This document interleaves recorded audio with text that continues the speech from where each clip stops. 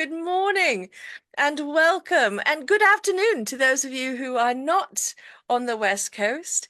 We are here for Sip the Tea with my very special, wonderful guests, Asgard and Lady Wheelsworth, Marlene and Sterling, the performers behind their wonderful characters, and my dear friends. I'm so happy to have you here with me. This is our third Sip the Tea, so it's still, kind of a new adventure we're doing every month. And I'm so happy that you were available because you've got a busy spring coming up. Yes. Yes, we do. Yay. Yay! You're going to be at Wild Wild West Con, right? Yes. You're doing some panels. Yeah. We're doing 4 panels, 2 based off disabilities, one, oh man, why did my brain blank? One an interactive panel with us in character as Asgard and Lady Wheelsworth, which is always a really good time. And then one specifically just Marlene and her child with Oh. ASGARD being cosplaying with your kid. I love that. That's so wonderful. Oh, I never get to make your panels because usually we're scheduled against each other. And not your fault, not my fault, just a I know. reality I of was being I busy was little com bees. I was recently complaining about the fact I haven't been able to tea duel with you guys in a while. I miss tea dueling because I'm busy every convention we're at together. I know.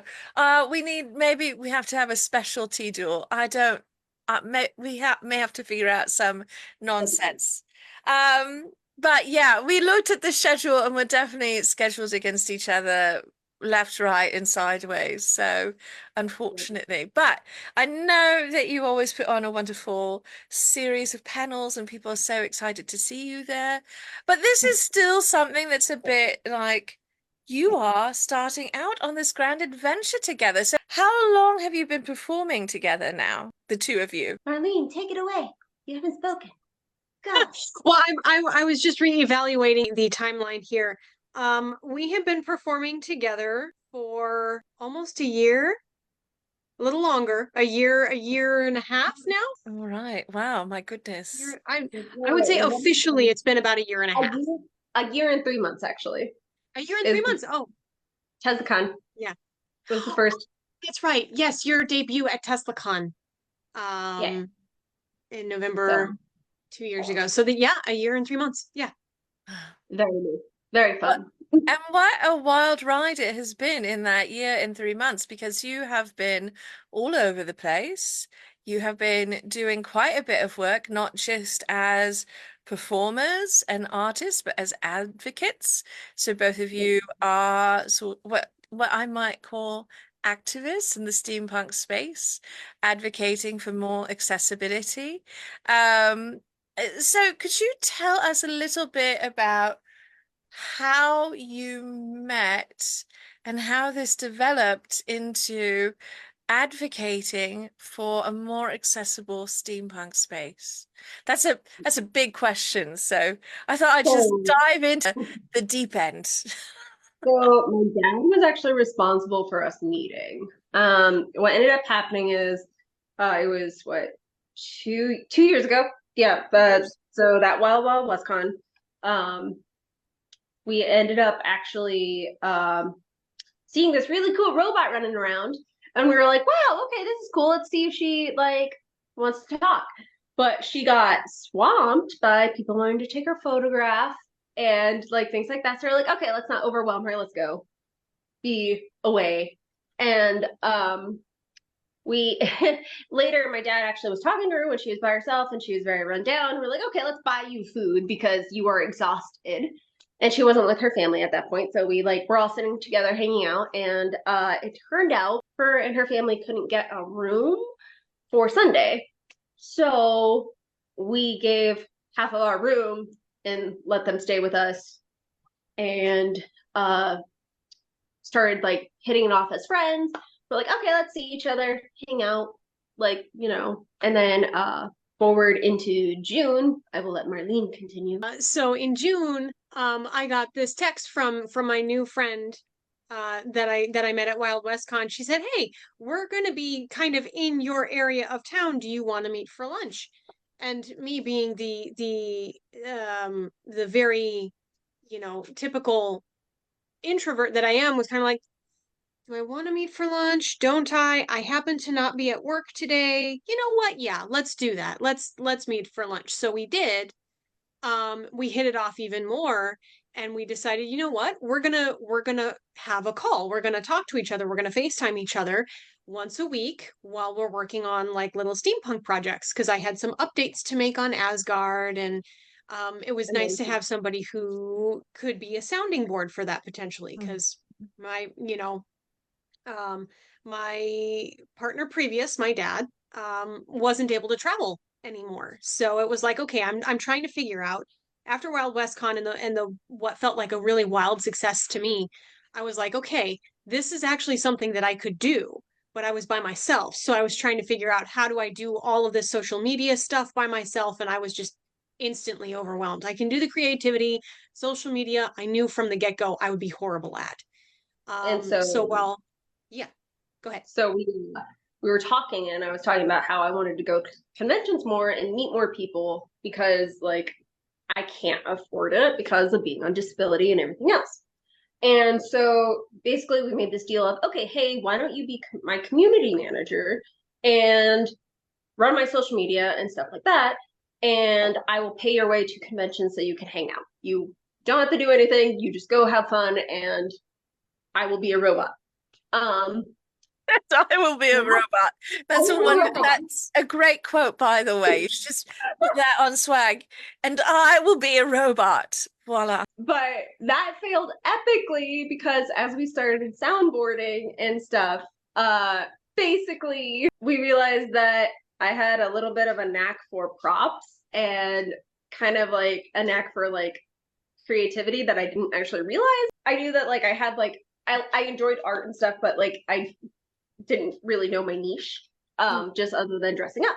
And so we were like, okay, this is weird. This is going really well, creepily well, in the sense that we were like, it's like we knew each other for years with our work together. While we've like been working just for a couple of months, and so we finally were like, okay. Marlene went to a convention, and I will let her. So I think we went to the convention together, was it? Or so at the convention, the issue that I was having, was that, Asgard has no voice. She doesn't talk, she's all physical, slapstick. Um, I couldn't shut up. I couldn't, like, people would come and talk to me, and I would just be driven to talk to them because they asked me a question. Well, of course, if they're going to ask me a question, I'm going to answer it. So I'd be dropping character constantly to talk to people. And Sterling goes, Marlene, you have got to stay in character. That's the point. I was like, oh, shoot. Okay, well, I guess maybe this is something that Asgard isn't meant to do by herself. Or I know Asgard needs a mechanic. And I looked right at her and I said, will you be my mechanic? Oh, yeah. So Yeah, I became the robot's handler, I basically, in love the sense that. that that way she could stay mute and silent during conventions, and I could talk for her. And okay, okay, let's try this at TeslaCon first. And that's when we also actually like started saying, actually no, going back, our first project together was actually Sally Ragdoll, because we went to our first event. She was a robot. I was like, okay, hey, why don't we do just a fun project together? Just, I really wanted to make a steampunk Sally from Nightmare Before Christmas, and she wanted to try her sewing techniques. And we did that. So that was our first actual event. That's Just I exciting. wasn't Lady Wheelsworth then. That's exciting. So I want to talk a bit more about the collaboration and how you are supporting each other as creatives. So This has really been an organic growth for you in the last year and a bit. Marlene, you were doing some art before, not only as Asgard, but other varieties of art. But Sterling, you mentioned that you didn't know what your niche was and what you were going to do with making art beyond dressing up and doing, costumes. So, this is really for both of you always, but specifically Sterling, what has that been like, finding your art and going on this journey for you? It's been really strange because I've had artists who have been working on this for years, and I've come out with like props, and they will literally tell me, "Hey, will you teach me your technique?" Because it's like apparently I'm a little bit more of a natural at it, and they very much have been like, "Please teach us." It took us years to do this, and I was just like, and literally, Charles Mason, he saw my headpiece that I made for Asgard and was like flabbergasted over it and was super excited. And I was like, "Oh no!" He interrupted me. He's like, "Do not dare say this was easy. Please don't say it." And it was so funny because I was like, "I'm sorry, I didn't mean to do that." And so I had a whole in-depth conversation about him over the headpiece, and he very much was like, anytime you need mentoring, anytime you need like anything, come to me so I can get tips. And so it's been a really like welcoming scenario of learning new techniques for stuff I've never done before whatsoever, and I've just been flabbergasted pretty much. Agog. Oh, no, perhaps rather than easy, it's more that it comes comfortably to you. And Yeah, so it still is a labor, there's still effort involved, but it's not uncomfortable effort, yeah. perhaps, I would say usually. that's better phrase, Yeah. definitely, because Yeah. he was also what I would say. I mean, I understand where Charles is coming from because I'm also like, don't you dare diminish your labor saying it's easy. I know time was involved and so was cursing. There were swears. Marlene, you also have come to the art of performing in a sort of unusual fashion. This was not your intent. What has that been? Learning and becoming this artist. What's that been like? That's been quite an experience. So I'm introverted. I am, you could say, neurospicy. When my dad and I came up with the idea of Asgard, it was such a good idea that we just couldn't not do it.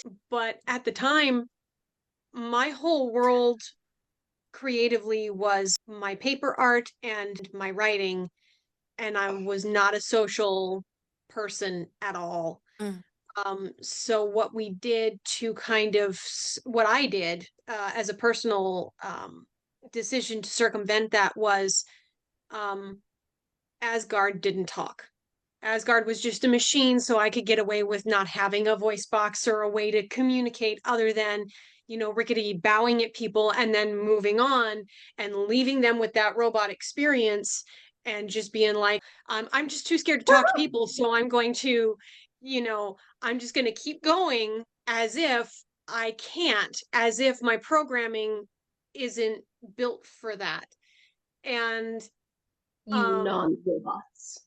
I very much unintentionally left an impression that caused uh, a lot of attention to be thrown my way, and I actually really enjoyed it, especially the very first year. I remember um, having kids watch me and be kind of timid because there's this thing that's not acting quite like a person in front of me. What am I going to do with this? So I would try to, kind of soften it and do a little comfort thing. And it left them with such good experiences, and it left their parents with such good experiences that I was like, you know what? I think I really enjoy this.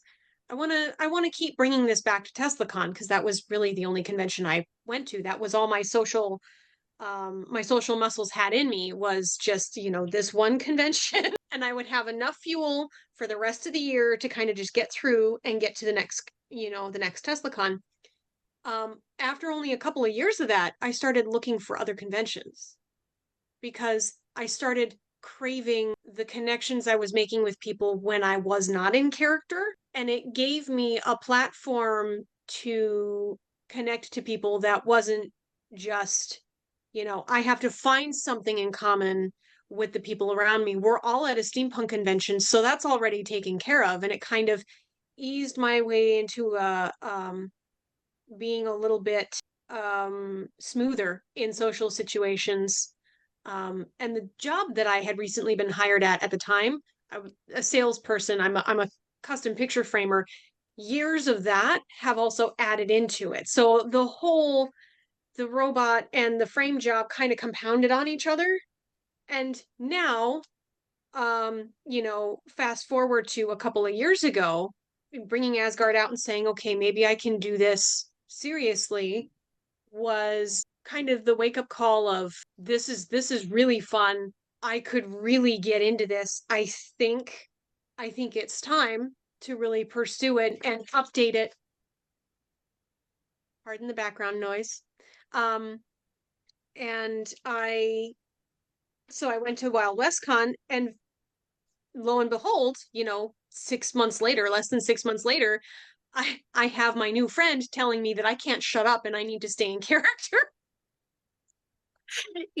Kismet is such a critical part of doing art and performing.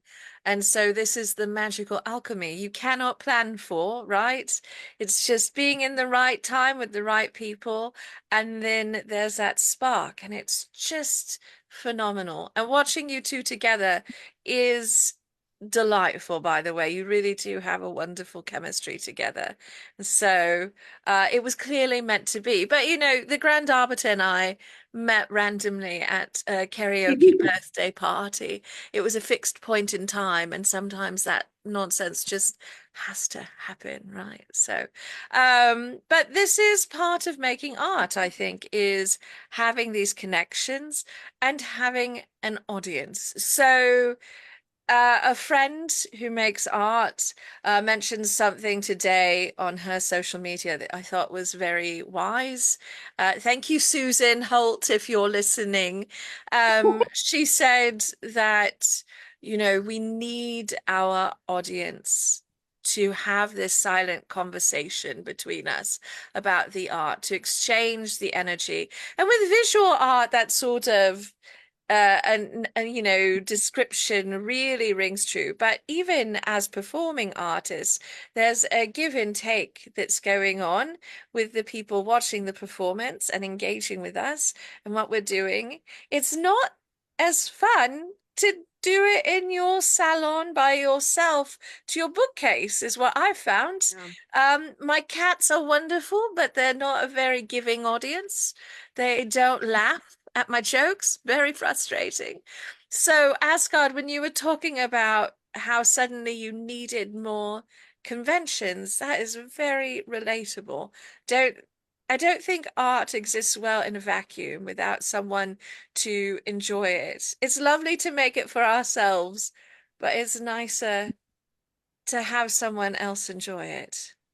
It's so having that experience, it wasn't a sudden thing, but it's one of those things that you realize suddenly. When I started making little upgrades for Asgard, it was to change and refine and improve the experience that other people had with Asgard while she's walking through the hallway. Mm, So adding the coin slot in the back, that happened 3 years after I made her because I realized kids want something to do. Kids mm, will remember doing something for someone else. mm. So creating the gag of having the coins and the coin slot on the back of the crank box where they pop it in and they crank it, they'll remember that. Let's be That's real, adults really enjoy that too, though. It's a everybody does. lovely detail. It's a lovely detail, honestly. So fun.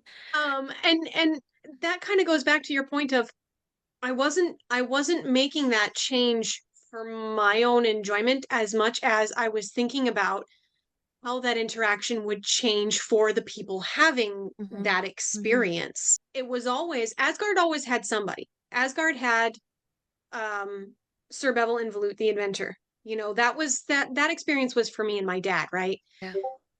Doing it by myself was okay, but it wasn't fulfilling. So when I asked Sterling to be my mechanic, her very first thing was, wow, that'd be cool, but also I don't want to be stepping on toes here. And so we've been through a process of finding a balance between the two of us. But it's really important to know that Asgard is a foil for someone else. The way that she is built, she was built from Sir Bevel's ingenuity and genius. She's, you know, these gags that we have between Asgard and Lady Wheelsworth, that's for the enjoyment of the people around us. And it's also to show, you know, that inclusivity that we work for. It's a foil. She's a foil for something. She was never meant to be by herself. So, you know, that was that thing of needing a mechanic, that was just natural. That was organic, like you said before. Mhm. It had to happen. And so that was that fixed point in time where it was like, okay, here's our launching point. Yeah. And then magic. So, Sterling, Yes. you get asked to be a social media manager, a community manager for this insouciant creature who runs around being a robot whilst you have fun. And but then you find yourself drawn in to also being a character. Now that's I we could wax on about the terrible labor of marketing and how dreary it is and how necessary. And everyone who's here, thank you, my darlings, because the marketing worked. You're here.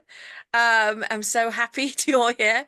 But it's not my favorite part of creating art. My favorite part is actually the art part, right? So you thought you were signing on to do this very heavy lifting of management, marketing, social media, and then you found yourself doing another thing instead, or on top of becoming a character. What has that been like becoming Lady Wheelsworth and creating this mechanic character as you go? So I made because I've never done any acting, I don't have any history with acting or anything else. I kind of made sure that Lady Wheelsworth was like me for the most part, a little bit sassier, a little bit more like edgy, Hmm. but so a little bit different enough to where like there's different character interactions and I'm still learning as we go. Um but things like that that'll kind of just make enough of a difference so I have separation. Mm. And going on from that to like going from the social media to the character, like I still remember at TeslaCon the first time when we first came out of the elevator, um, this person literally stops us and is like, "Oh wow, what a wonderful automaton you have," and addressed me and not Marlene. And I was just like, "Oh, this is interesting." And I was completely blown away because I didn't know this was gonna happen. Like, because it was the first time we were trying it and everything else, and people just kind of accepted it, and it was incredible. I would say, yes, definitely. What chef's kiss scenario in the sense that like it just very much matched, and we were very in sync with what we were doing. Um, but I would say like as a personal experience, like going for from not doing anything like this whatsoever to suddenly being like thrown full force, I was just like, deep end. It is the deep end. So you go from not being a performer to suddenly performing improv and doing immersive improv at conventions where you are essentially your performance is an 8 to 12 hour day. It's it's a big lift to go from zero to that. Have you considered doing classes, or are there things you do to help you feel more comfortable as a performer or to hone your performing skills in between conventions? So a lot of it is improv. Between me and Marlene, we will have like discussions before we go out if there's anything we specifically want to do. And then it was actually a really good example of that is Phoenix Fan Fusion. We were in the masquerade last year and we didn't realize you had to do a skit with it. Oh, right. We came up with our performance backstage in about 5 to 10 minutes and practiced it. And nobody actually realized it was completely improv. And it was really good. It was like it was seamless, and it actually like coincidentally went in time with the music, and that was Oh, not intentional, and so it went perfectly. Um so a lot of what we do for like prep work and everything else is literally just the seat of our pants and everything gets lit on fire. Including the pants. Including the pants. Yes.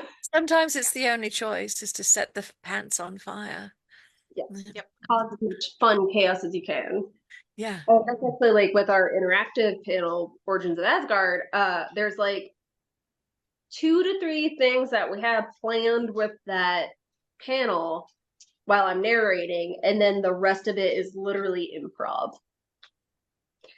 So a lot of it is very much like not prep work, which is very surprising. And yes, actually, me and Marlene both have considered classes, and when we can actually do so and take the time to do so, we do plan to. Excellent. I think you're doing such a bang up job as your characters, and I love watching the way you're growing all the time, and also the way your partnership is growing. Having been in a partnership with the Grand Arbiter for a long time now, I can attest that there is a sort of natural development and honing that happens. The more you perform together, the more shorthand you have. The Grand Arbiter and I can have like an entire conversation, usually with eye contact across the stage, Yeah. and be in the moment together. But that comes with time, and I'm so excited to see where you go as you are on this journey. So, but to bring it back in, here you are working together, performing together, creating art together, making costumes together, traveling together. What is an instance that your individual favorite moments where your partner inspired you on your art? Will you share that story with us? Each of you share a different story, or unless there's one pivotal great moment where you're like, no, we only inspired each other this one time and it was the best, which I don't believe, but I won't argue with you if that's it. Okay, I'm thinking I'll have Marlene go first unless she's still thinking.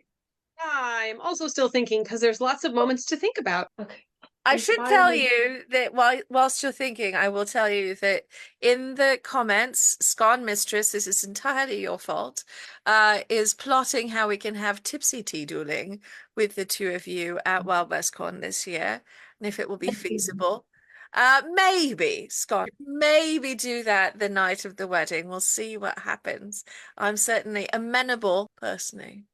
So, all right. That was my bit of patter to give you a moment to pick your stories. It has to be about our art and inspired by our partner. Yes. Okay. A way that Marlene inspired you, Sterling, and the way that Sterling inspired you, Marlene, on one of your art projects.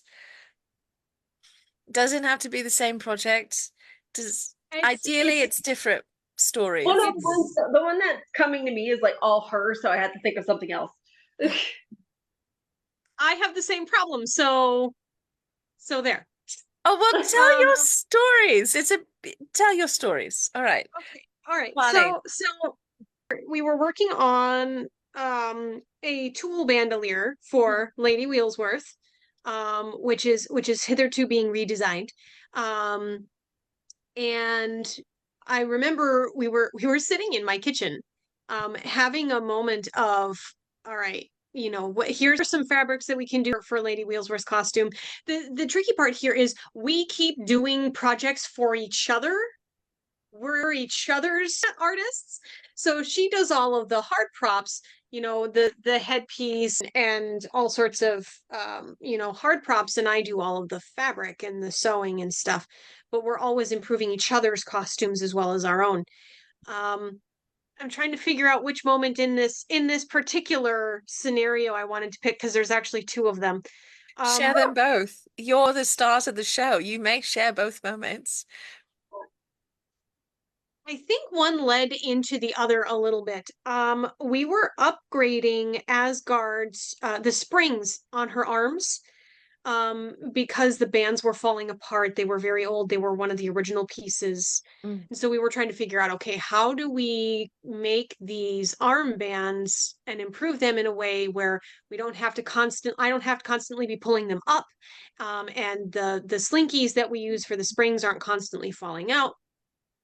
And so I was showing Sterling, what my thoughts were for making the band to get a little bit of depth in there. And she goes, "Can I recommend something? Can we like sew some hard things in there to get a better sense of depth, not just the fabric that I wanted to use?" And I was like, duh, yeah, of course we can. So it was a combination of her hard prop experience and my soft prop experience to kind of come together. And we were it was super late. We were really punchy, and we were both like, dynamic duo for the win, and feeling all powerful and stuff, and how we were making the improvements to this piece. And ever since then, that those springs are much more noticeable, and people see them way more often than they used to. And that's all because of, the inspiration that she injected into the project. Writing on to give a little bit better explanation on that project, because you just said hard props. Basically, the fabric was a square with a circle in it, so you could put little what are they called, like divot thingies to hook the springs in. Oh, yeah. Yep. And the fabric below was gears. And so what we ended up actually doing, she ended up doing, I helped her a little bit because I'm her sewing assistant, is we put actual gears inside the springs, or not in the springs, in where the spring would sit. So you could actually see gears as if they were moving. And then she actually took golden elastic thread. It was elastic cord, elastic thread, and made it look like there were wires going through it as well. So that was a little bit more of just explanation rather than hard prop, soft prop. But it was actually our first backward prop, which was really fun. Yeah, very much so. So, riding on the coattails of that all powerful feeling, we went looking through some of my fabric stash to find fabric for a new shirt for Lady Wheelsworth. And we had this lightning bolt idea, because she was, at the time, she was wearing her back brace because we had a long day of work. No, let me tell it, because that was mine.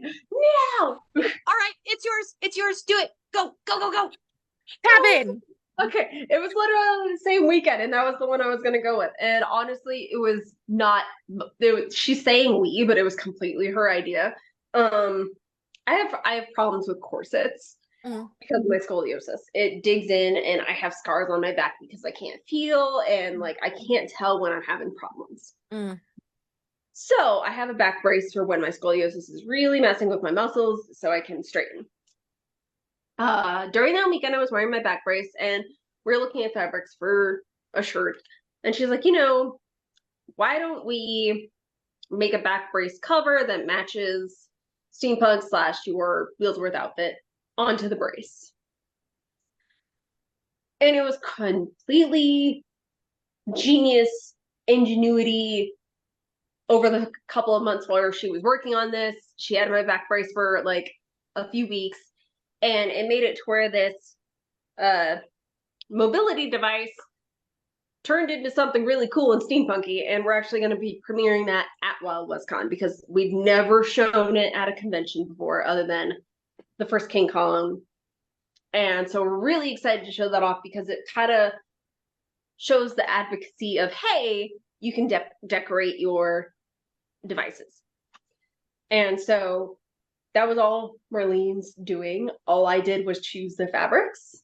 Hmm. And so before she uncredits herself, she really needs to she made her own pattern. She literally put foil or not foil, saran wrap all over my back brace, came up with a whole pattern, figured out elastic as well as kind of fabric she needed to make it work. And then even so much as made a panel in the front to hide the bulky bits in order to she used little clips to completely get the panel covered in the okay, sorry. Did you apologize? Did I you did. just apologize?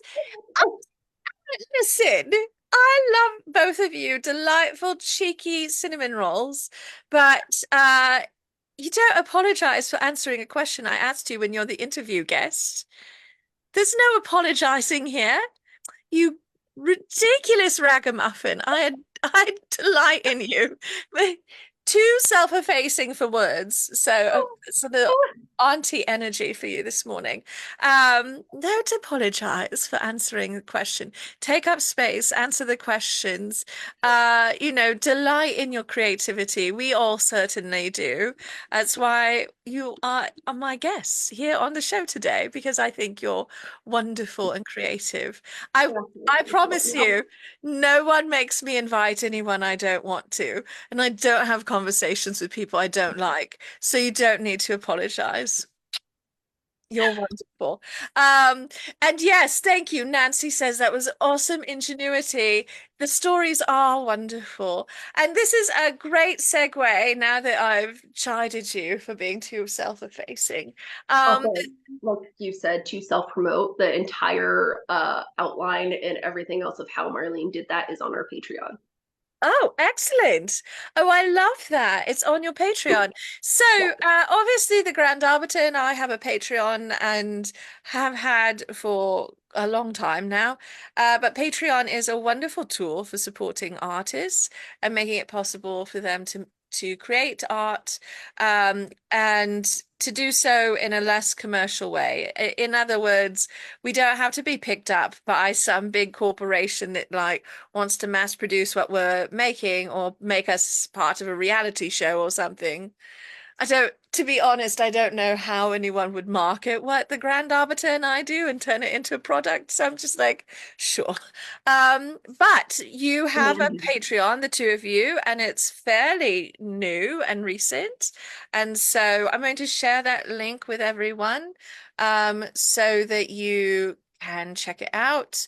Patreon also has a newish feature, rolled out in the last few months, that allows you to join for free, so you get any public announcements and any updates without having to commit to anything. You just are sort of committing to, yeah, if there's an update, I want to hear about it, is essentially that. So, so that link is in the comments. And I encourage you to join ASGARD and Lady Wheelsworth Patreon to learn more about their art and what they are doing. So, as we are doing today. Yeah, and you also have a wonderful Facebook presence. You have not only got your main Facebook page, but you have your community, the Asgardians, which make it feels always a bit like a mythic Viking experience. I'm like, ah, yes, the Asgardians. Right. So we're going to Valhalla for gears today. What is that? Gearhalla? I'm not really that good at puns. That is Temperance's bailiwick or Eve Riot. They're excellent at puns. I'm better at innuendo. So, we have to play to our strengths. So, but anyway, that said, so this is a good opportunity, my darlings, who are here with me today. Speaking of Patreon, my wonderful Patreon community is here. Some of them, some of you are here with us in our virtual tea salon. The way the Sip the Tea works is this is a Patreon funded event. And so my Patreon subscribers get to be in the room with us and have first crack at asking questions themselves or comments. And so I want to open it up to those of you who joined me this morning to be with Marlene and Sterling to ask some questions. So if you have a question, please raise your hand. Otherwise, I'm going to call on you like a maniacal, cheeky menace. So, all right, Jeremiah, I'm going to start with you. Do you have a question or comment for our dynamic duo this morning? Hello, strangers that I've never met. Oh yeah, or one of our biggest supporters and like an ASGARD mom. But okay, cool. Continue. Yeah. No, I've never seen you in my life. I play the fifth. As someone who doesn't know who you are and knows nothing about you, where could I find you throughout the year? This year? Well, Yeah, where are the conventions you might be attending? Are we allowed to announce those? I would think so. I mean, I wouldn't know. I don't know you. so if you're asking me for permission, yes, you can announce anything you're doing. I haven't advertised us yet, but we are going. Oh, There's a new steampunk convention called River City Steampunk. We will be attending that in June. They are bringing us out, and we're very, very excited to be going to Kentucky for the first time and enjoying, because they are actually very interested in doing a whole ADA accessible scenario. There is also a very, very fun Ohio, oh gosh, person that doesn't know me, Ohio Steampunk Festival? Northeast Ohio Steampunk Festival in Bergen, Ohio. There you go. That is happening in August. We are going to be attending them as well. A mysterious person that doesn't know us is sponsoring us to go to that. And we very much appreciate them. And so we're going to be doing a few panels there. In March, we will be going to Wild Wild WestCon as guests, and we also will be attending a wonderful wedding that we're very excited for. And then we have King Con, which is like 2 weeks later, which is my hometown convention that just started. We're going to be doing a couple of panels there, potentially running a table and causing some shenanigans. We also will be at Tucson Comic Con this year, helping Tucson Steampunk Society again, and enjoying all the chaos that comes and brings with that, because we very much enjoy our Tucson family. And yeah, there was that. And we will also be going to Phoenix Fan Fusion this year. We potentially are going to TeslaCon, but that we aren't for sure about. And then if anything else comes up, we will see how our schedule looks. But yeah. that's a wonderful array of appearances. It's very exciting. I know I'm looking forward to seeing you at Wild West Con and at Tucson Comic Con. So I know we'll all be there, but also the Grand Arbiter and I are going to Louisville. So we'll see you there as well. Okay. That'll be lovely. That would be lovely. A thank you person who has never met them before. Yeah. Wonderful, mysterious stranger. Very thoughtful. we could be friends. Yeah, I think you should. You should try being friends and getting to know each other. Maybe learning each other's names.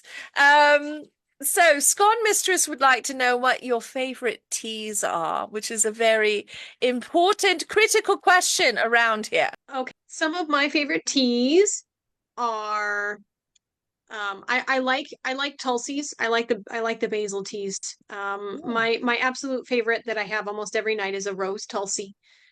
It is very calming and relaxing, and I like it a lot. I enjoy the floral flavors, so lavender chamomile tea is also a favorite. outside of that, if I need something stronger, it's usually a strong black tea. I enjoy Existential Despair. That is Mm. one of my favorites. I mean, I do. I'm a little biased, but I do love Existential Despair. It's a fantastic tea. I love that you are into the Tulsi tisanes because in part, I just love the name. I always have. I don't know if I'm that keen on drinking them myself, but I love the name of them. I rarely indulge in anything that's not caffeinated. So, I have a problem though. Sterling, what is one of your or a couple of your favorite teas? I couldn't reach it, and so I'm really sad. But okay, so existential despair is 100% one of the first teas I Oh, drank and was like, oh wow, I actually like tea. And so that was a really fun thing because it was the first tea I had tried and very much got into tea and then was like, okay, cool. Now people started giving me tea and I was like, yay, I have a whole cupboard full of tea now. excellent. Got Excellent. converted. You have been Um, converted. my second favorite, and I couldn't reach it, but it's a teology tea. It's Ooh. an apple one. Oh, It tastes like apples. It's divine, and I can't remember the name of it, but it's in my cupboard, and I was trying to reach it. But yeah, I really want to be able to make it into an iced tea because it's sour apple. There we go. Thank you, Maya. Okay, or stranger. Sorry.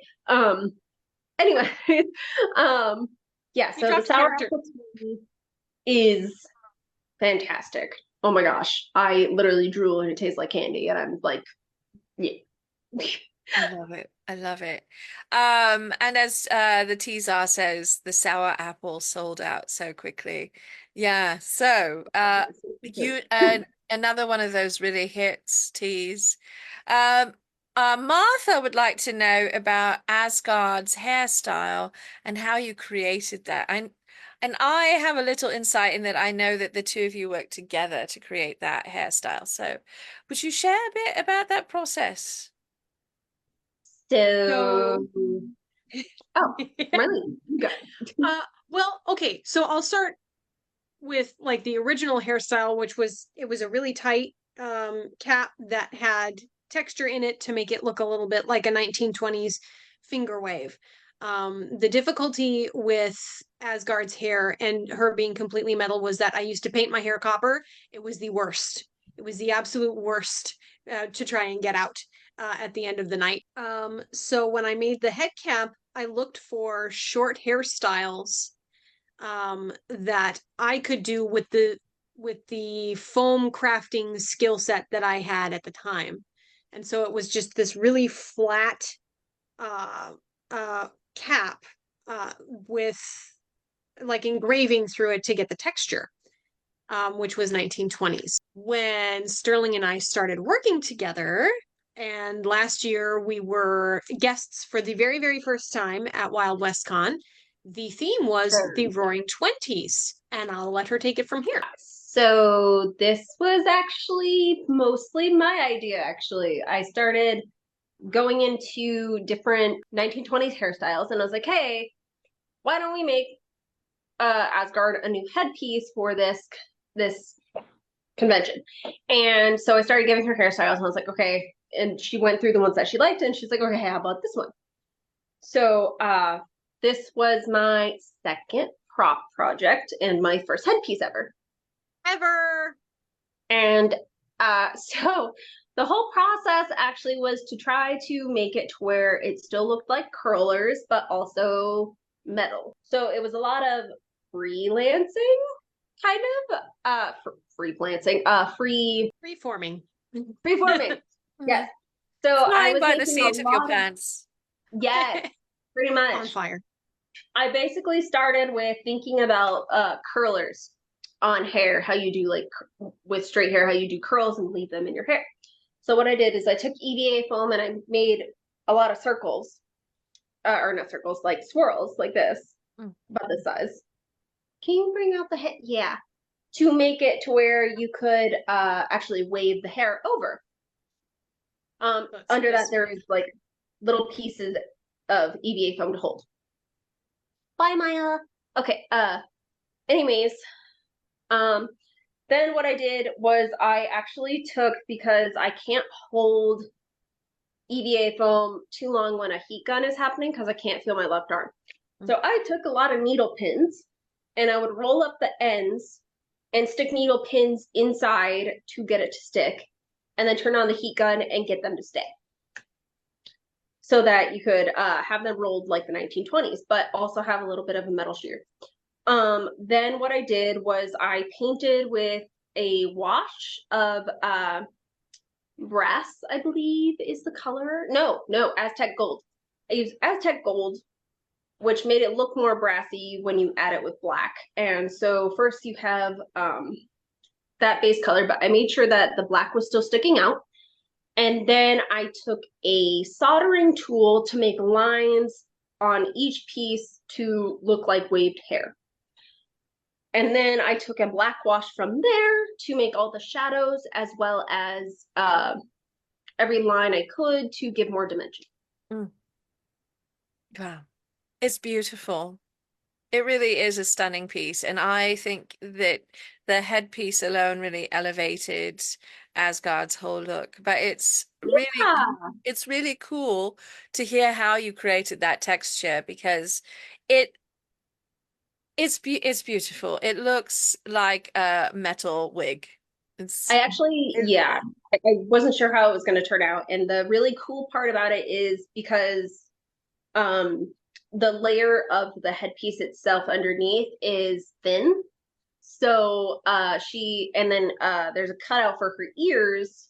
So she actually has a lot more airflow than the last headpiece. Ooh, that's excellent. That's what I was going to ask, because I've met her several times at TeslaCon, or come across her, maybe is a better word.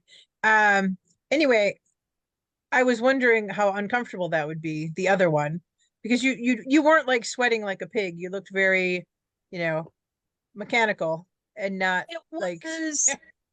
Yeah, it was comfortable because I formed it to my head, the original one, but it was tight.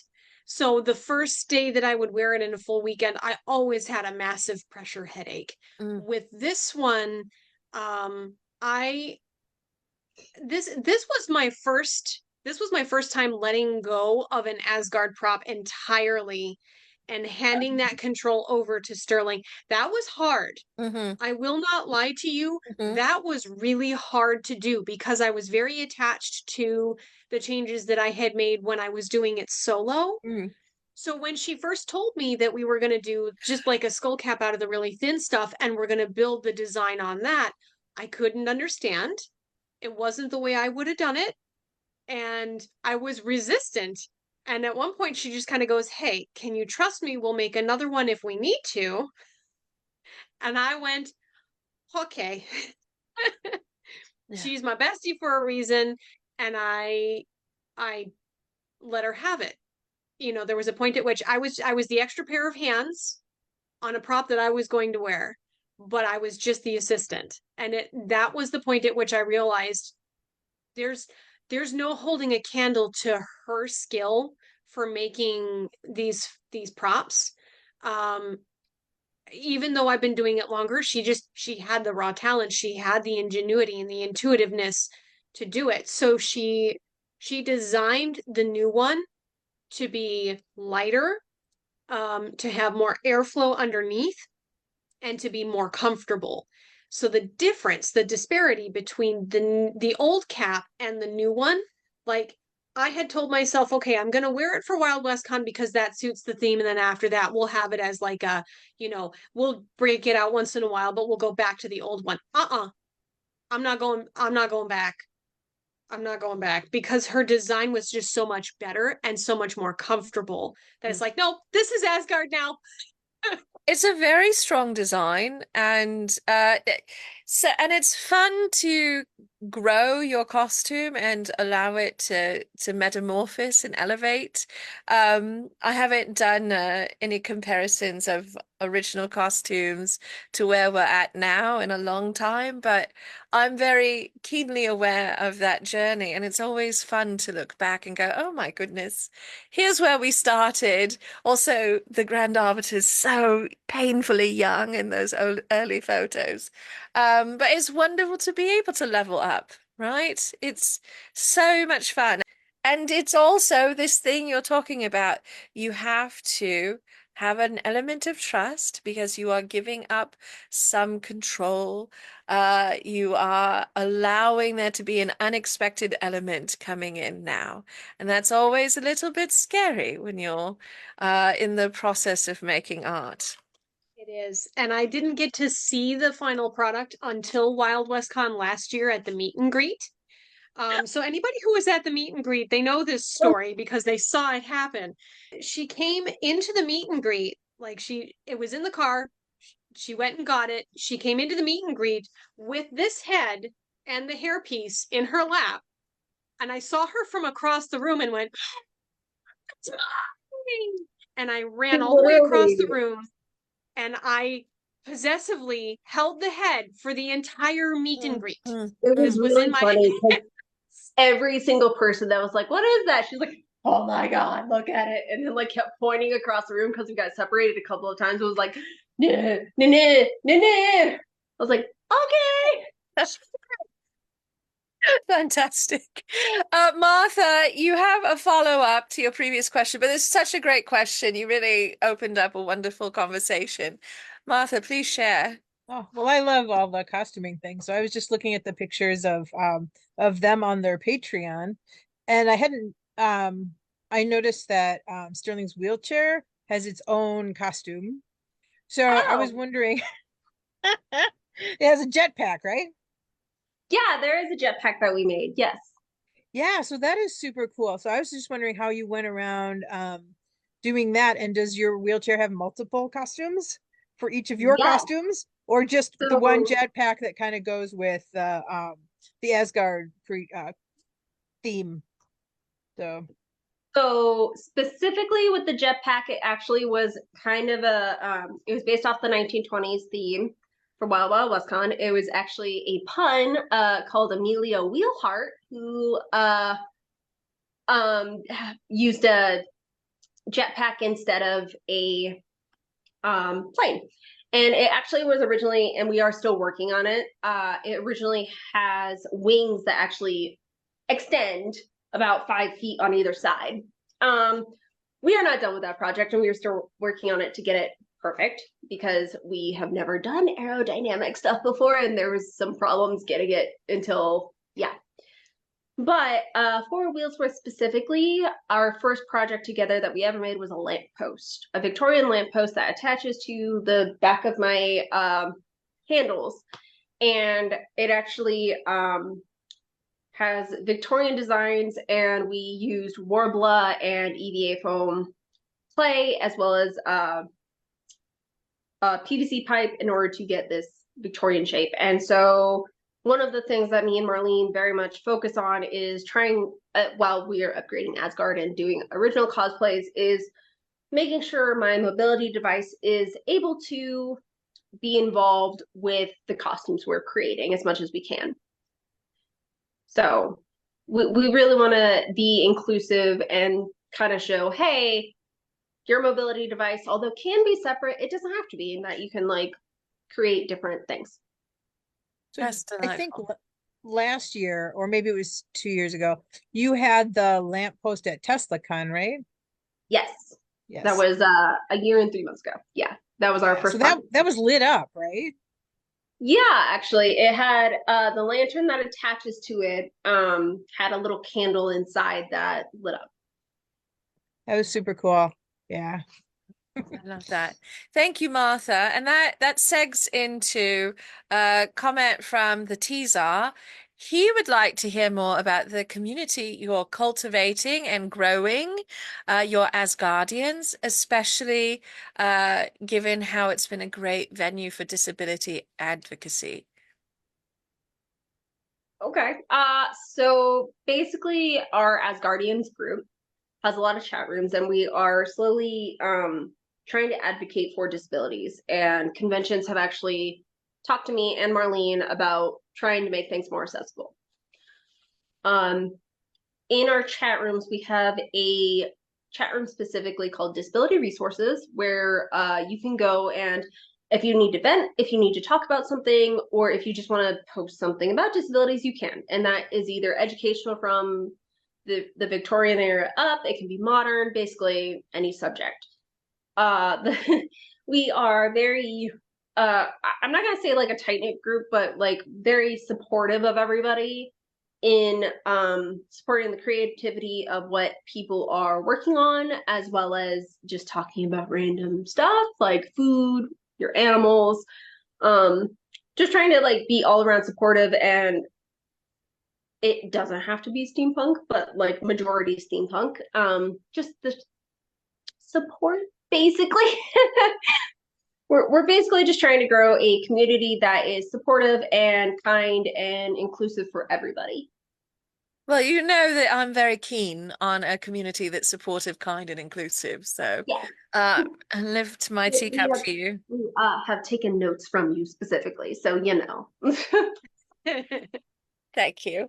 No, you are both great advocates for accessibility, and I think it would be easy to assume that you're mostly just worried about accessibility with like wheelchairs, but that's not it. I've seen you advocating for all kinds of accessibility in terms of, sensory accessibility and, being able to move around in spaces, all of these things that you're doing. Is there a particular change that you're seeing convention-wide that you feel you have inspired and you're really proud of? I feel like one specific like event that really stands out was International Steampunk Symposium asked us to go around before the convention started and look at the spaces to see if my wheelchair could get around, as well as just to see if there's anything that seemed off. We basically saw a couple of, was it International Steampunk Symposium? Yeah, it was. Yeah, it was. Sorry. My brain was like, wait. There was one specific instance of the gaming room where there was way too many tables, way too close together. Nobody would have been able to get in if you had any kind of mobility device. Or even if you were just a different size, it would have been rough.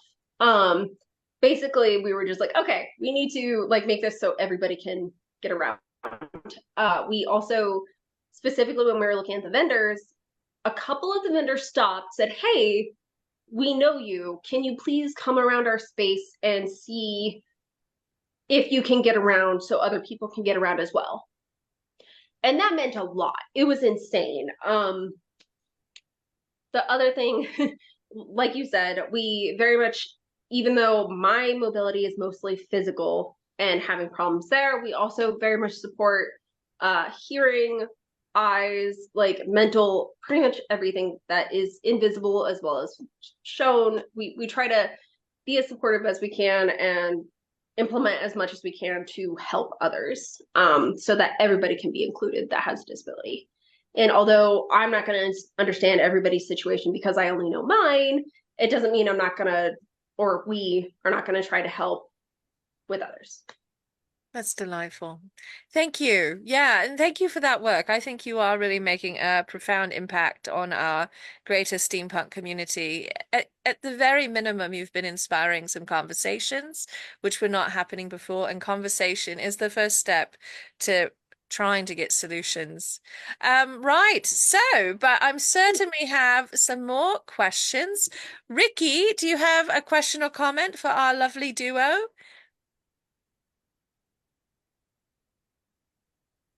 Can you hear me now? Yes, yes. Um, yes, because in 2012 I kind of fell into steampunk and mostly just some local things, TeslaCon and a few Wisconsin things.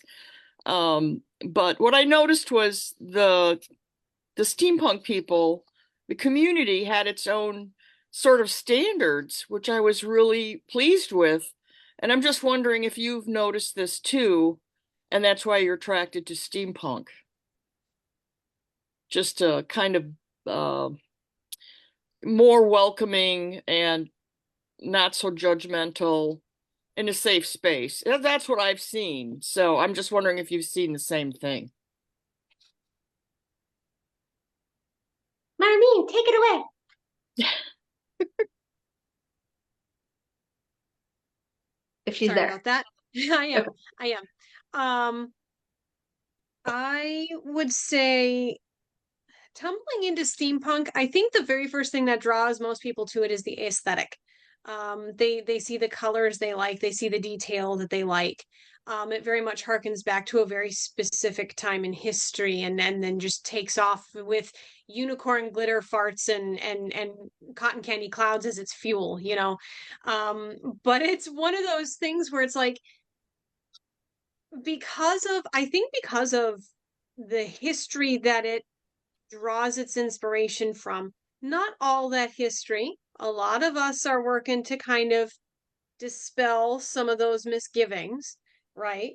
Um, because it comes from a certain point in history, it evokes a certain flavor of character. You think about the Victorian gentleman, you think about the Victorian lady, you think about the Victorian gentle person, and it evokes in people a sense of character, even if that's not what you're going for, because it's a very specific niche in the creative world. And I think that's where a lot of those standards kind of blossomed from and came from. It's also rare in that we can take our aesthetic, we can take our steampunk, which can be applied to anything, and we can draw it back to an exact place in California and an exact year and an exact book that they used as inspiration for that. And I think a lot of those standards that we see kind of come from that. But the part about steampunk that I think is most important now in this day is that we recognize the parts of history that were not good, and we're working double time through our character and our creativity to dispatch that and include every culture, every gender, every orientation into this beautiful, warm, welcoming, creative world that can give us a break from the grayness of our everyday lives. And I think those new standards of that inclusivity, and the work that we're doing to say we love this style, but that's not the behavior that we exude, is extremely important, both for our community and for the world at large to see. So that's one of the big reasons I love steampunk so much, is there are standards there and we can see that and we can see where they came from, but we're also open to change. And the ones who are strongest in the community and most active in the community are open to change. And that's really big. So Thank you, Marlene. Great question, Ricky. And also, I'm so glad you fell into steampunk in 2012 because I'm so delighted to know you. It's a great thing to fall into. So, we're coming close to the end of our time, unless we convince these two delightful, cheeky monkeys to stick with us a bit over time. But, yeah, Sterling, was that a Oh, I was saying I'm free. Sorry. Oh, Like, I'm like, said, no, over I have to time. go. I'm being dragged away. I wasn't, yeah. Okay. So I just want to check in and see if anyone else has some questions or comments they'd like to share before I pepper these two with my final barrage of questions before we wrap up. Also, welcome to Danaeus, and also I believe that yes, and also David. I'm sorry, I'm happy you're both here and could join us. But this is your opportunity. If you have a question for Sterling and Marlene, if you have a comment on their art, this is your moment to share that or ask. No, and don't apologize for being late. We're time travelers. There is no late here. You're always right on time. The joy of time travel. David, did you have a comment or question? Yes, actually, I have a question actually for you both. Now, I started doing steampunk around 2015, and I was inspired by films rather than books. What type of film actually inspired you to create your own steampunk characters? Oh, that's interesting. So I think Marlene can agree with me on this. It actually wasn't technically really a inspired from a film or a, well, okay, technically yes, novel, but I'm not getting into that because that's Marlene's stuff. Um, I actually got inspired based off Asgard to create my character to complement the robot. Mm. But it all pretty much came from my head. That being said, in order to I've been into steampunk a lot longer than I actually realized media wise. Just like mostly video game based. Mm. And some film bases as well as Jim Butcher specifically because I really like his stuff. Um, but in general, video games like Fable, which everybody says Fable 3 is very bad, but no, I love the industrial steampunk vibe. As well as just very like different things that kind of like come to you that you don't really realize are probably implementing the character you're creating, but in general, mostly brain. Oh, that's pretty cool.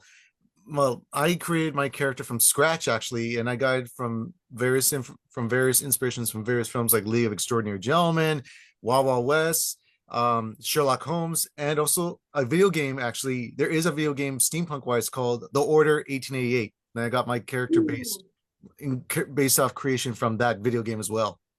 I like it. Thank you, Yeah. David. Great question. Marlene, would you like to share what book inspired the creation of your character and your aesthetic? It's a bit of a tap on my own back. Tap um, away. tap away. I have a finished novel. It is one of at least three that is finished, and it is on the way to publication now. It's called The Ember Bloods, and it is it's basically it's steampunk adventure discovery novel, but you throw in some D&D in there, and you've got your flavor. Mm. And Asgard fits very well into that niche. She's kind of her history is tied up with um who Sir Bevel worked with, who happened to be a couple of characters that are in my novel. Okay. As far as films go, I do agree with you, David. League of Extraordinary Gentlemen, Sherlock Holmes. My dad loved the movie The Shadow, and it was kind of hokey, and bad in very specific ways, but it was so much fun, kind of because of that. Only the And shadow that's knows. only the shadow knows. And that was one of the films that kind of he watched that before he decided, you know what, I could act silly. I'm retired. Nobody cares. It's fine. And so it kind of encouraged him to just do what he wanted. So I definitely think films are in there as well. I'm one of those people who watch other people play video games more than I play them myself, depending on their format. I'm very picky about the format that I like to play. And I watched friends play BioShock for hours. And Oh, just that on that was too. Sorry. My brain was blanking on that question so bad with no, video that's games. okay. It took me a minute to remember the name, but I could definitely see BioShock in your history as well, to kind of, just enjoying that industrial feel. But yeah, hopefully in the next 12 months, here is my goal. My book will be hitting print. All right. So All shameless right. plug. So, not a shameless plug. You're here as guests, and I want you to plug yourselves. Um, it is it's also not a shameful plug. It's a perfect plug. But now I have questions because I run a steampunk book club on the regular. So are you self-publishing? Is this out with a publisher? What's happening with the book? And how may we support you with this book? And also, can I get an ARC so I can review it? Absolutely. Yes, it would be my honor. The book is not quite done yet. I've chosen a publisher that I really like. They're small, but their purpose is representation of LGBTQIA plus communities, as well as all other underrepresented communities, indigenous, any cultures that just don't get the limelight. I'm in contact with them. It's not official yet, but I have, crossed your fingers, of course, it's submitted. So it's not self-published, but it is a very small publisher. They're called Black Warren Press. They only just started, I think, in the last few years, but they have a good selection of books that I saw there, and a lot of really good representation. And I feel as though the book fits their criteria quite nicely. So this is a decision. So the book has been done for 3+ years. It has been professionally edited, but it hasn't gone through sensitivity readers yet. So that's something that definitely needs to happen.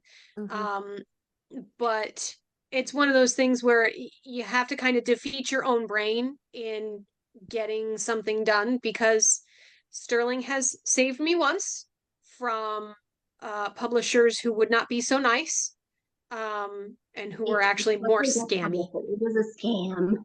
It was bad. It's one of those publishers who take a lot of money and give you very little in return. So it's mostly scam, but they're also doing what they said they would do, so you can't catch them for that. Right, it's not actionable, but Right. also buyer beware. So good. I'm glad Sterling saved you. And also, please know that the entirety of the Temporal Entourage is filled with avid readers. So if you have a question about a publisher, we probably know if they are decent or if they're a fly-by-night establishment, and we'll tell you over cups of tea. But mostly, may I just say, I'm so proud of you, my friend, for having completed a novel and having it out to a publisher. I'm very excited for you, and I would love to feature your debut book and talk about it when it's out. So, yeah. Thank you. You're welcome. I All right. appreciate that. So, I want to check in Christina and Nancy, Danaeus and Lady Catherine. Do either of you have any questions or comments before I go into my final barrage of questions? And you're done. Dun, dun, dun. Well, I missed the beginning, so I don't know what questions were already asked, but have we done a kind of run over of what's coming up as far as Wild Wild West Con and panels and what they're up to? We have done a little bit, but I think that this is a good time to recap what you are doing at Wild West Con, which is where we'll see you very next. Okay. Can do that. You want to do it? Let's hear. Yeah, I'll do it. I'm pulling it up, so I'm feeling all. I have everything on my brain, but all right, go for it. Okay, so while you're actually pulling up the times and the schedule, we are doing 4 panels and 3 events. So the panels are going to be heroes and villains with disabilities. Then we're going to be doing Origins of Asgard. Own Your Disability, which is what it's like to be a maker with a disability. And then Cosplay with Your Kiddo. If anybody wants details on those, let me know. For specifically the events, we will be in the wedding. We are the ring bearers as well as the flower girls, or flower gearers, because we are tossing gears on the head. Then we are also going to be part of the fire show. We have 2 songs that we will be doing with Inger. And then we are also going to be in the fashion show. Excellent. Oh, Oh, also, there is a official Asgardian meetup for the first time. that's right, Friday night, is it not? Yes. Yes, wonderful. And where are you meeting up? At the lawn, right around the pool area where all the fires are, as well as just like the hangout Lots area. of Well, seating there too. yeah. It's a really nice area. So, Yes. the convention while WestCon happens at Casino del Sol. It's a beautiful resort hotel situation with a casino. You're not obligated to gamble though if you don't care to.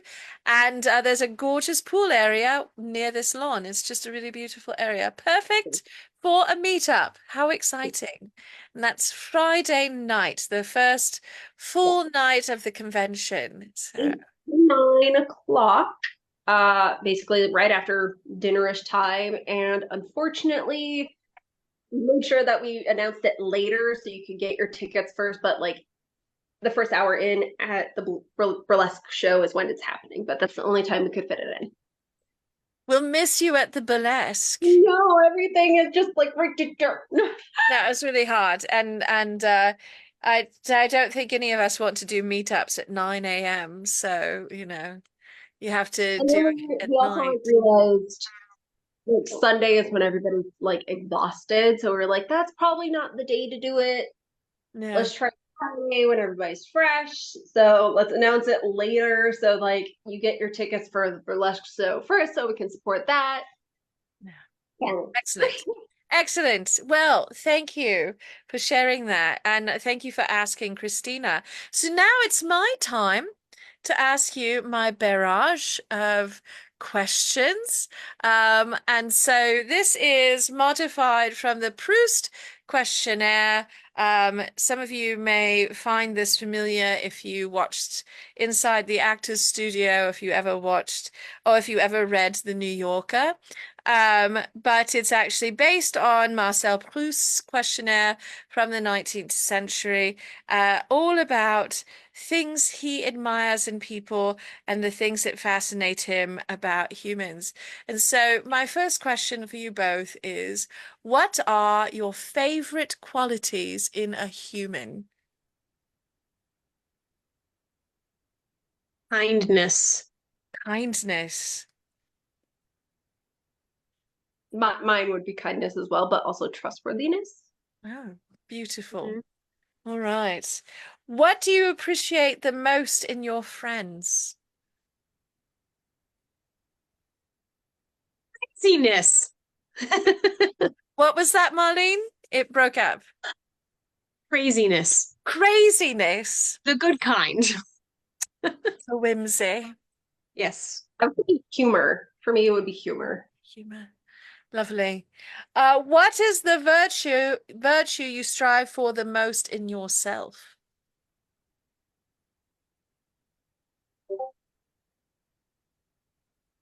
Ooh. I would say it's going to sound funky, but there's a reason for it. Self-awareness. And I think self-awareness is so, so important because when you are aware of yourself, where you are, what you're doing, and how it affects others, it will always keep you open to learning how to be a better human. I love that. Excellent. Sterling?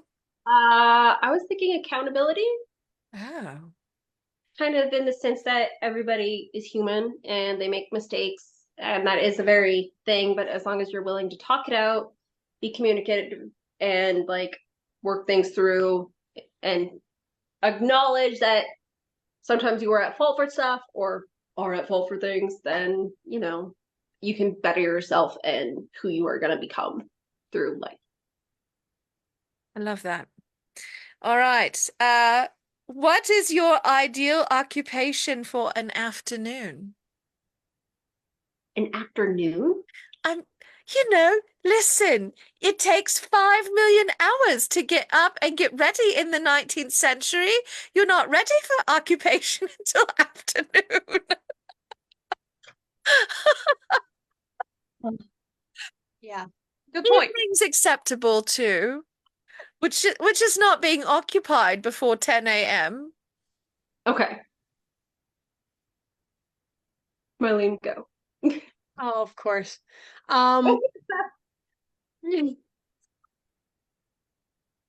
honestly, my absolute favorite thing to do in the afternoon is doing something creative. Um, which is too, I think that's too broad, but you know, not being at the day job, being able to be at home and doing something creative toward what we are doing is the ideal. Sterling. Okay, so in a world where I could walk, this is an interesting one. When I was a kid, I wanted to be a meteorologist. I wanted to chase tornadoes. I wanted to be a storm chaser. So the ideal occupation for me would 1,000% be a storm chaser meteorologist. That's how you'd occupy your afternoons. You'd Yeah. relax by storm chasing. When Oh, I was a kid, I actually, anytime there was a monsoon, I would have my dad drive me in the car to the washes so I could watch the destruction. I was fascinated by Mother Nature and the destruction it could cause. And yeah. So ideal afternoon when I was younger and I could walk and everything. And in a fantasy world, I would have probably been a storm chaser. oh my goodness. So I'm now sort of envisioning you in the film Twister and how that That's would where go I from. got it from. Oh my goodness. Watched that constantly when I was a kid. Wild. All right. Wild. All right. So what is your idea of perfect happiness?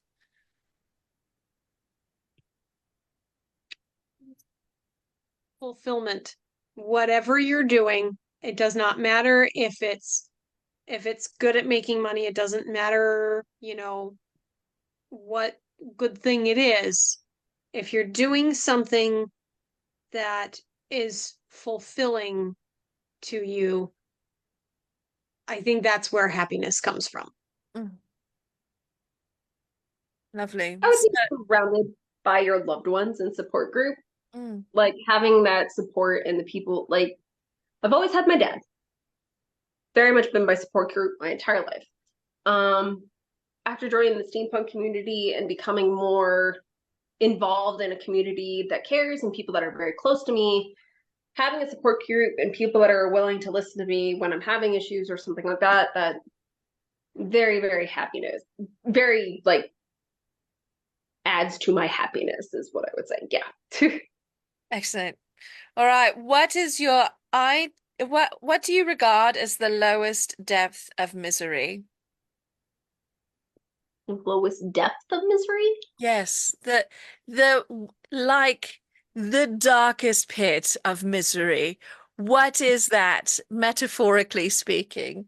I mean, a dark pit is a miserable place to be in, but like, Right. right. The depths of despair. Oh, you with these questions. I mean, I think it's Marcel Proust's fault, he's French. He's got a not lot your of fault. curiosity. It's not my fault. I just chose to ask these questions. Um, I think loneliness. Mm. And a close second to that would be halogen headlights. Oh, yeah. Those are the worst. Blinding. Ugh, Yeah, they're terrible. they're But terrible. yeah, Hate them. loneliness can really mess you up. I think that's probably one of the worst things, personally. Yeah, Sterling. Being unable to do the things that you enjoy is my serious answer. Okay. Because, although you can find alternatives, sometimes it's just not the same. Um, for my non-serious answer, spiders. Yeah, Yeah. spiders or despair. Like, no. Horror story despair. No, they should go live with the halogen lights, right? Yeah. We don't like them. All right. This is for the two of you. What is your motto? Okay. Do you have an individual motto? Something that like encapsulates you as an artist? Do you think you have one that sort of encapsulates the Asgard and Lady Wheelsworth experience? Twist my crank. No, I'm kidding. I couldn't tell. Don't forget your idea juice. Your idea juice.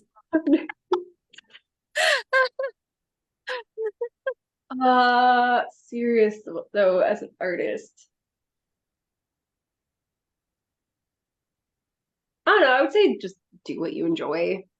Make sure that you are fulfilling like what makes you happy and don't settle for less. I'm going to be the cheeky one here, and I'll say that my brand new motto is drink your idea juice. Yes. Make sure that whatever inspires you, you're doing that on a regular basis. Treat it like it's a supplement. Treat it like it's nutrients to you.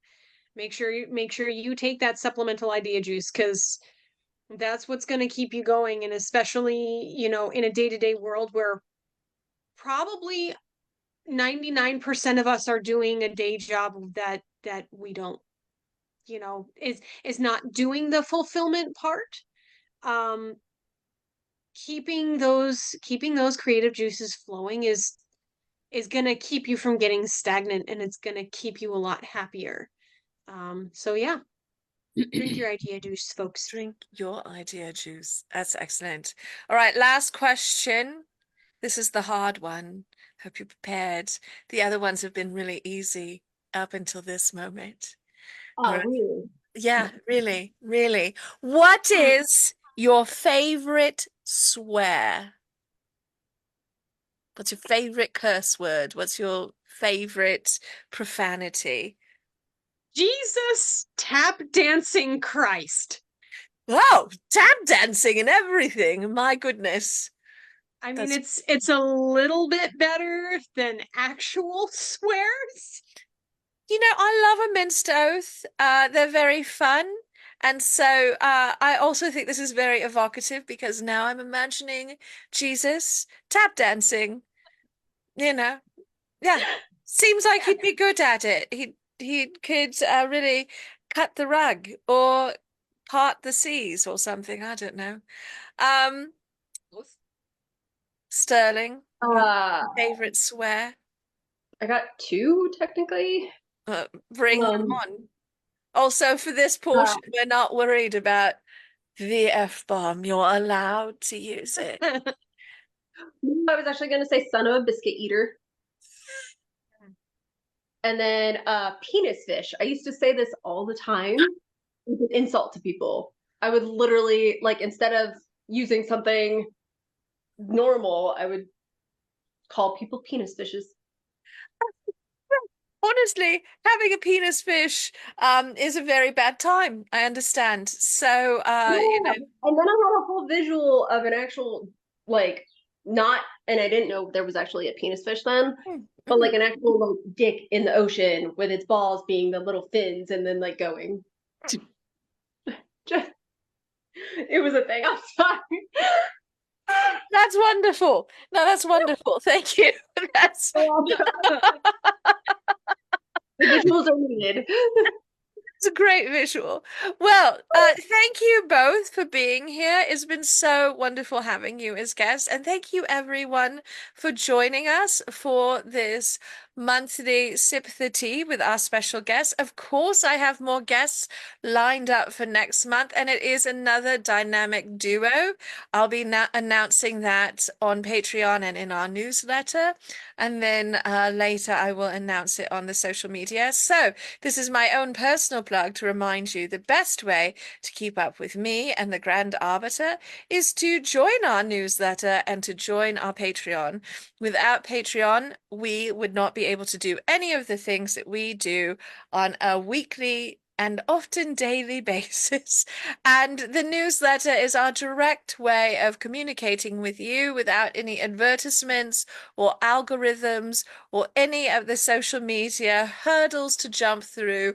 It comes to your inbox once a month, usually at the beginning of the month, and has all of our insouciant shenanigans and so much more listed in it. So you can find all of those links on my link tree, and because I have too many links, just as I have too many projects. Meanwhile, you can find Sterling and Marlene at their Patreon, where they are sharing their art and their journey. You can also follow Sterling and Marlene on Facebook, and I believe you're both on Instagram as well. Sterling, you have a TikTok presence, I believe. I do. So does Yes. ASGARD and Lady Wheelsworth as well. Excellent. And so where may we find all of your links? Do you have a link tree, or do you list everything out on your Facebook? Could you share your link tree with me, please? If you have access to it. I do not have it right now, but I can post it on the event page. If you would post it later, that would be great. Yeah. I'll make certain it gets posted around.